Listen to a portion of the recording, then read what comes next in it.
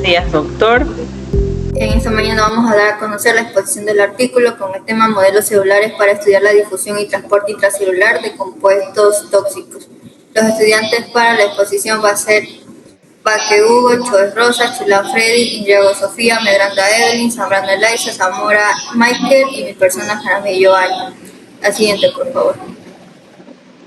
Tema modelos celulares para estudiar la difusión y transporte intracelular de compuestos tóxicos. La siguiente. Con respecto a lo que es la introducción, se ha conocido que durante la última década las investigaciones farmacológicas han evolucionado significativamente gracias al uso de diferentes compuestos y modelos computacionales y celulares, los cuales van a permitir predecir también cómo estos fármacos tienden a comportarse dentro de lo que es el organismo. Actualmente esto no va a basar acerca de lo que es el medicamento funcional, sino que también sobre lo que es la funcionalidad de entender cómo este es absorbido, distribuido, metabolizado y eliminado a partir de un tiempo determinado dentro de lo que es el organismo. Uno de los aspectos más importantes con respecto a farmacología es la concentración intracelular del fármaco, es decir, cuando este tipo de medicamento realmente tiende a entrar a lo que es la célula y actuar en un sitio diana, es decir, en un lugar específico dentro de lo que es el organismo.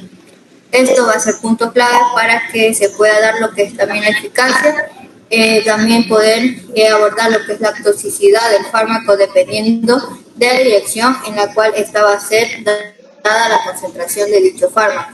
Sin embargo, medir lo que es directamente este tipo de concentraciones en aquellos humanos es una manera difícil. Por lo general es que se utiliza lo que son dos puntos clave, la sangre o el plasma como una medida indirecta. Las concentraciones intracelulares de los fármacos fundamentalmente van a determinar lo que son dos puntos clave, lo que es la eficacia y la toxicidad. En eso también se basa lo que es la hipótesis de fármaco libre, que puede ser no válida en los fármacos, los cuales van a transportar de manera activa o se metabolizan ampliamente. Los modelos celulares permiten también simular lo que es la farmacocinética y farmacodinámica. Estos son dos puntos claves dentro de lo que es la materia de farmacología, en las cuales se puede ensayar dentro de los humanos y también comprender cuál es la funcionalidad del fármaco. La siguiente, por favor. Dentro de lo que es este artículo se va a basar en objetivo general y objetivos específicos. Los objetivos generales está uno que parte de analizar modelos celulares con la finalidad de estudiar la difusión y transporte intracelular de compuestos tóxicos. Esto tiende a explicar que este objetivo busca comprender cómo funcionan los distintos modelos celulares que se van a utilizar para dicho estudio, cómo entran, cómo se mueven, cómo se va a distribuir las sustancias tóxicas dentro de lo que son las células. En otras palabras, esto quiere decir que se quiere analizar lo que son dichos modelos para poder entender mejor cómo el fármaco o aquella toxina puede atravesar lo que es la membrana celular, cómo se va a acumular dentro de la célula y cómo estos efectos pueden producir diferentes tipos de funciones o a su vez también diferentes tipos de procesos en los cuales va a funcionar dentro de la célula y del cuerpo humano. Los tres objetivos específicos se basa en primero principalmente identificar los tipos de modelos celulares más empleados en el sitio de transporte intracelular de sustancias tóxicas. Esto quiere decir que este objetivo busca reconocer los cuáles son diferentes tipos de modelos celulares más utilizados dentro de la investigación de toxicología, en donde existen diferentes tipos, las líneas celulares de EPG2, ECACO2, modelos 3D, organ-on-a-chip y células primarias.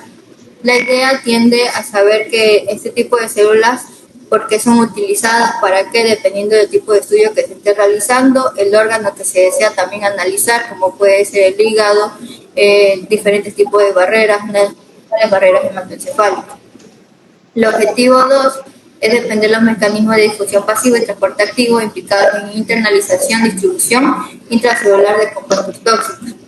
Esto basa en explicar los principales tipos de mecanismos de transporte, como son la difusión pasiva, que esta se basa en ser aquella que no necesita de proteínas transportadoras ni de un gasto de energía, ya que a partir de ella se transporta diferentes tipos de fármacos. Mientras que el transporte activo, ese es aquel tipo de mecanismo de transporte el cual sí requiere de lo que son proteínas transportadoras y también de un gasto de energía celular o ATP o adenosintrifosfato. También incluye diferentes tipos de procesos como son endocitosis, transporte vesicular o los ABC. Y por último, el objetivo específico número 3, comparar la efectividad de distintos modelos celulares para poder producir lo que son condiciones fisiológicas relevantes en estudios de toxicidad y también escribir la prevalencia del mismo.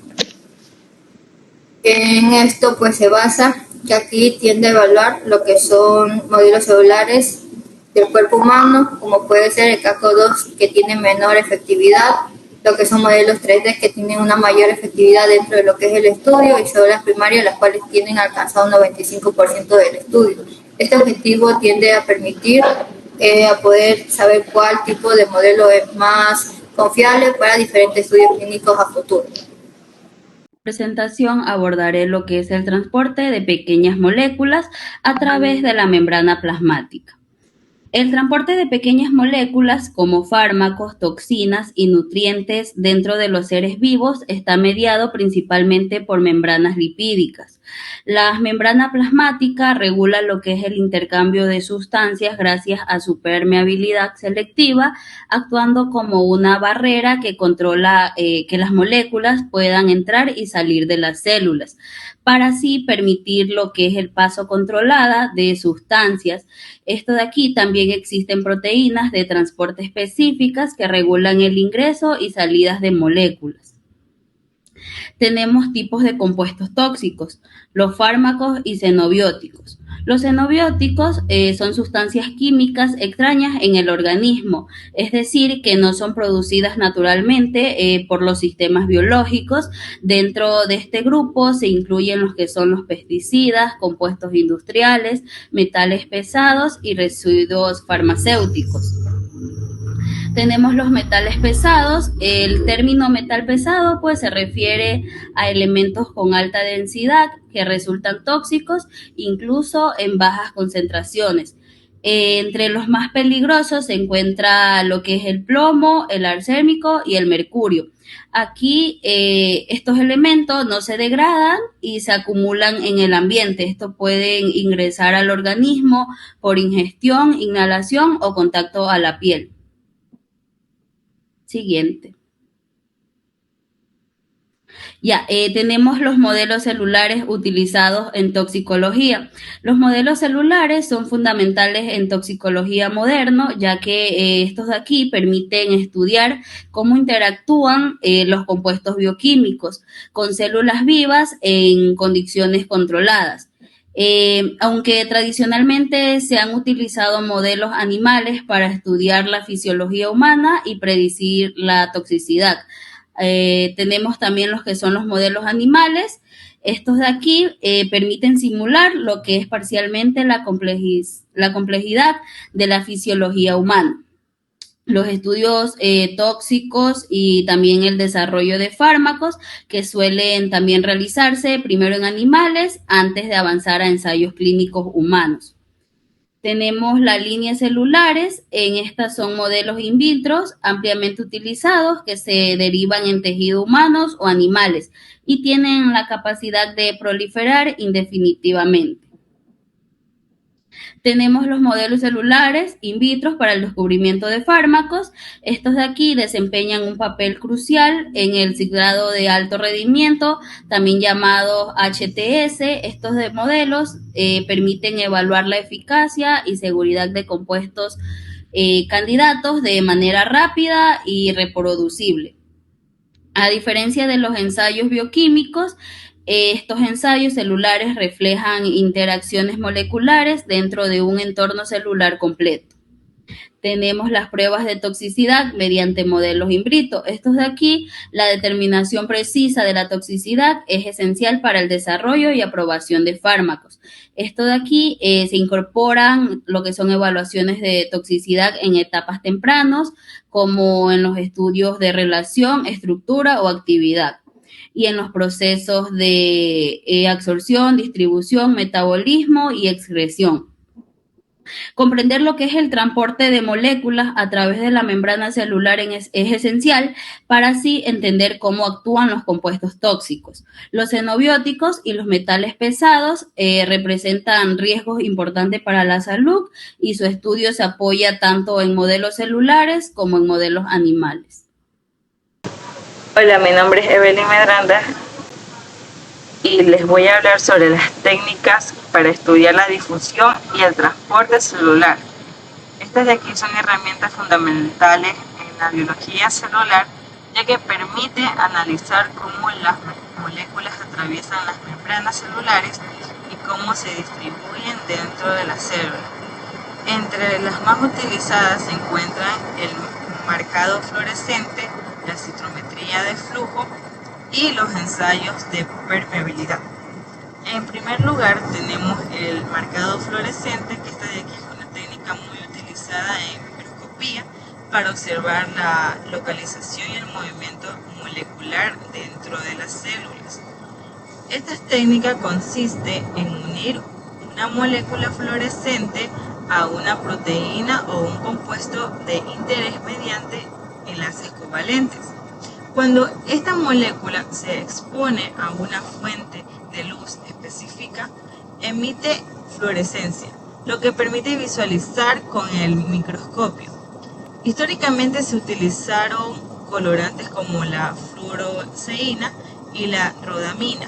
Sin embargo, en la actualidad ha sido reemplazada en gran medida por fluoruros más modernos, que presentan mayor estabilidad frente a la luz, lo que permite obtener imágenes más precisas y duraderas. En segundo lugar tenemos la citrometría del flujo. Esta de aquí se centra en analizar células individuales a gran velocidad. En este método las células pasan una por una frente a un láser que mide la dispersión de la luz y la emisión de las señales fluorescentes. Gracias a esto es posible cuantificar características celulares específicas, como la presencia de proteínas marcadas con fluoruros. También sobre estas técnicas es muy útil para estudiar poblaciones celulares y identificar subtipos celulares y evaluar procesos biológicos relacionados con el transporte de moléculas.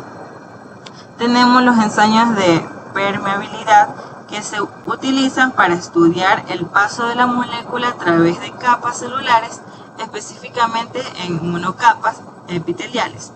Estos ensayos consisten en colocar una capa de células sobre una membrana que separa dos compartimientos de lípidos. De esta manera, cualquier molécula que pasa de un lado a otro debe atravesar la capa celular. Este método permite evaluar el transporte transepitelial y analizar la capacidad de las células para permitir o restringir el paso determinado de sustancias. Además, se consideran una técnica relativamente sencilla y de bajo costo en comparación con otros métodos experimentales. Estas técnicas proporcionan información clave sobre los mecanismos de difusión y transporte en las células. El marcador fluorescente permite visualizar moléculas especificadas. La citrometría de flujo facilita el análisis rápido de células individuales, y los ensayos de permeabilidad, estas de aquí, ayudan a comprender cómo la sustancia atraviesa las barreras celulares. En conjunto, esta herramienta contribuye significativamente el estudio de los procesos celulares y avances de las investigaciones biomédicas. Otras técnicas para el estudio de difusión de transporte tenemos lo que son el FRAP, que esta de aquí se centra específicamente para la recuperación de fluorescencia después de un fotoblanqueo. Esta de aquí se enfoca en evaluar la movilidad molecular mediante la recuperación de la fluorescencia en zonas previamente fotoblanqueadas. El FLIP, esta de aquí, permite de fluorescencia por fotoblanqueo. Analiza la conectividad y el intercambio molecular entre distintas regiones celulares. También, como último, tenemos la técnica de difusión como transadores. Esta de aquí emplea moléculas marcadas como son las fluorescentes y radioactivas para medir la velocidad y dirección del transporte de la misma. Existen varios tipos de células para el estudio, pero estas las que mencioné son las más destacadas y las más experimentadas hoy en día. Gracias. Buenos días, doctor. Mi nombre es Sofía Triago y le voy a hablar sobre la metodología del artículo científico.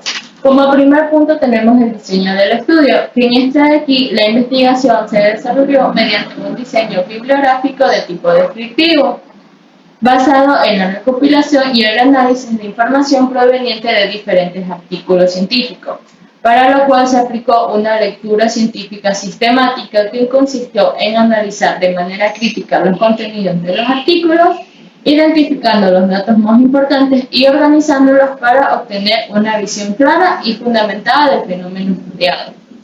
Como punto número 2 tenemos las fuentes de información, que aquí, para garantizar la confiabilidad y la calidad de la información, la búsqueda se realizó en base de datos científicos reconocidas, como por ejemplo PubMed, Cielo, Elsevier, NDPA y Google Académico.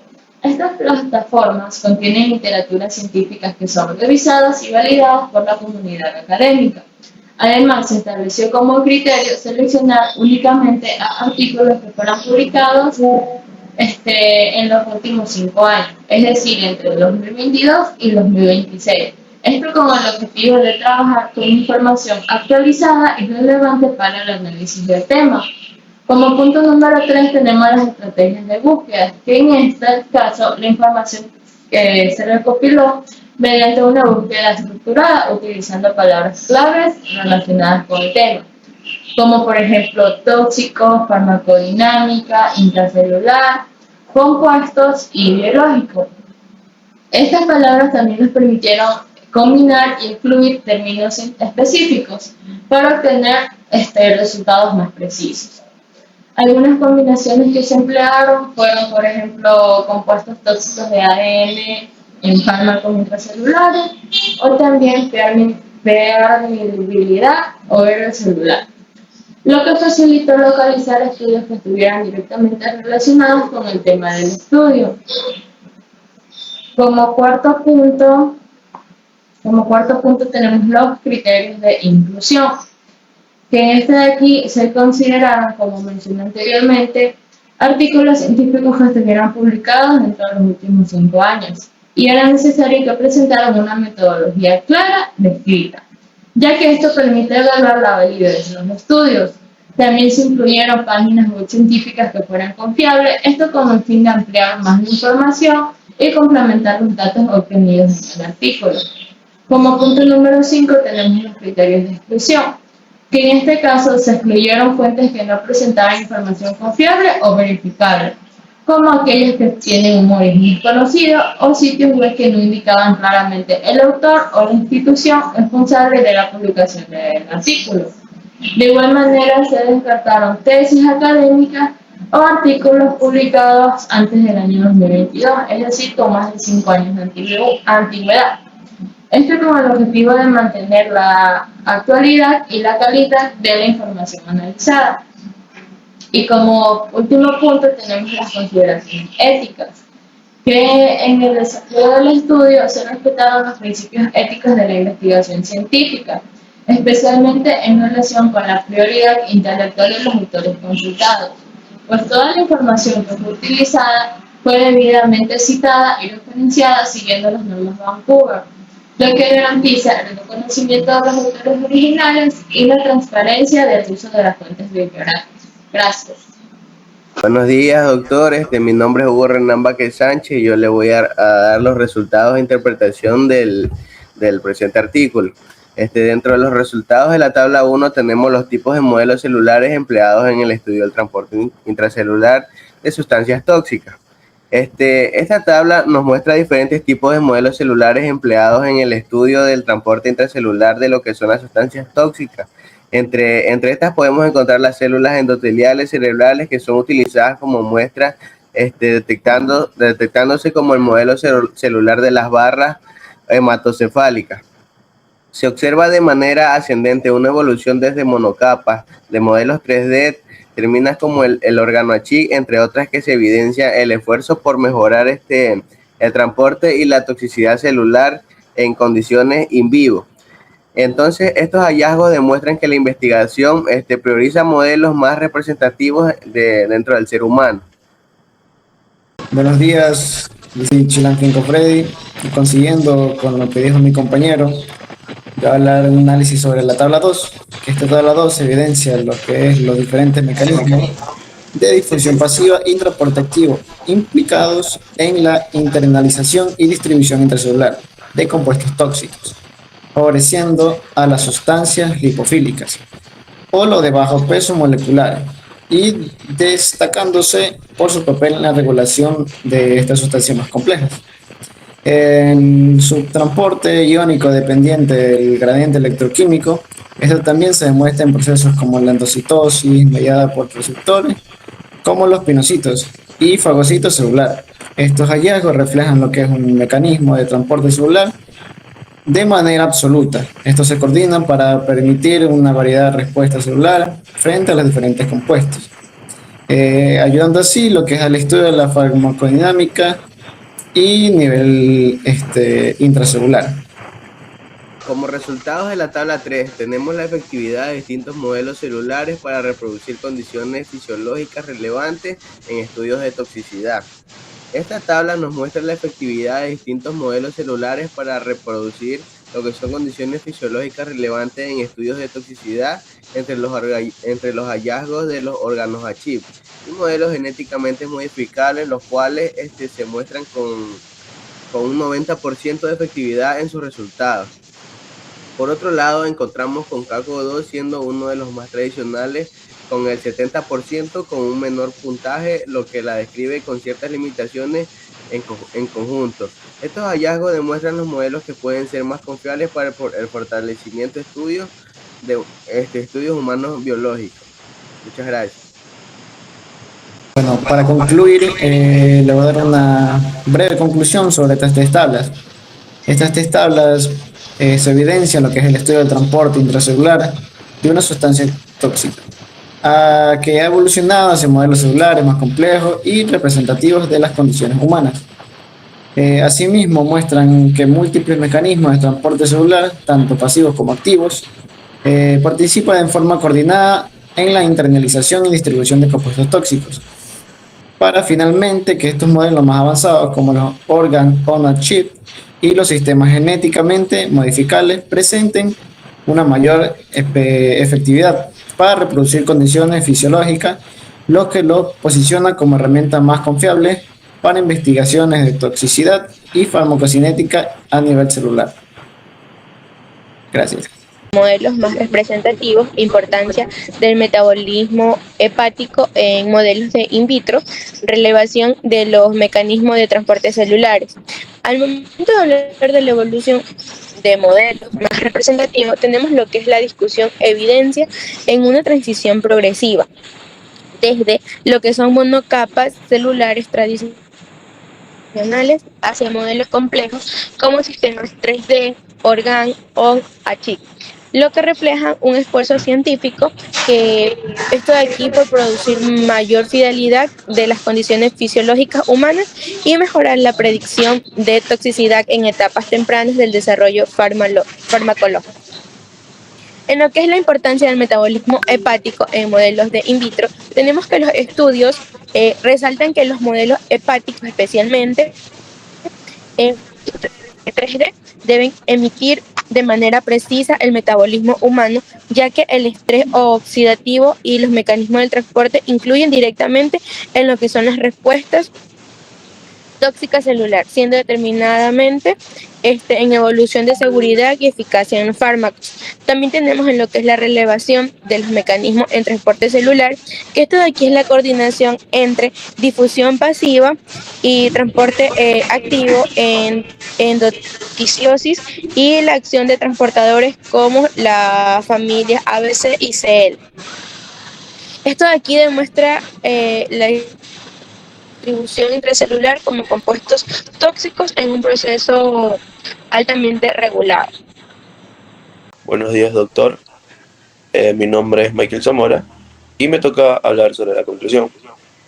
Este artículo concluye que existen diferentes modelos celulares que se utilizan para estudiar cómo las sustancias tóxicas se transportan dentro de las células humanas.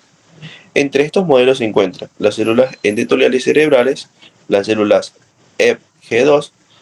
Estas células son usadas dentro de la investigación. También tenemos las células endoteliales, modelos celulares tridimensionales. Se concluye que los diferentes tipos de modelos celulares empleados en el estudio del transporte intracelular de sustancias tóxicas, entre estas podemos encontrar las sustancias endoteliales cerebrales, como lo habíamos hablado, las células endoteliales y los modelos tridimensionales. Estos logran examinar de manera controlada los procesos de la biotransformación de los compuestos tóxicos. Establece que la difusión pasiva y el transporte activo constituyen los primordiales mecanismos responsables de la internalización celular de sustancias tóxicas. Ambos mecanismos influyen directamente a la distribución intracelular y el grado de toxicidad. También se determina que existen dos mecanismos principales, como es la difusión pasiva y el transporte activo. La difusión pasiva se da cuando las sustancias atraviesan la membrana celular sin gastar energía. El transporte activo se da cuando la célula utiliza energía para mover sustancias a través de la membrana. Ambos mecanismos influyen directamente en cómo se distribuyen las sustancias tóxicas dentro de la célula y en el nivel de toxicidad que puedan causar. Finalmente, el estudio señala que los modelos celulares tridimensionales y los cultivos primarios representan mejor las condiciones reales del cuerpo humano. Por eso, combinar diferentes modelos celulares permite obtener evaluaciones toxológicas más completas y precisas. Los modelos celulares y tridimensionales y los cultivos primarios muestran mayor capacidad para representar condiciones fisiológicas reales, por lo que las combinaciones de los diferentes modelos trascienden una estrategia eficaz para conseguir una evaluación toxológica más integral. Y como por último punto, voy a dar una recomendación. Se recomienda que estos modelos facilitan el estudio de cómo las sustancias tóxicas ingresan, se distribuyen y afectan a las células, lo cual es fundamental para mejorar la evaluación de riesgo toxológico y el desarrollo de estrategias de prevención y tratamiento. Además, es importante complementar estos estudios con nuevas tecnologías de bioinformática y la biología molecular, que permitan obtener resultados más precisos y aplicables en el ámbito biomédico y farmacológico. Gracias.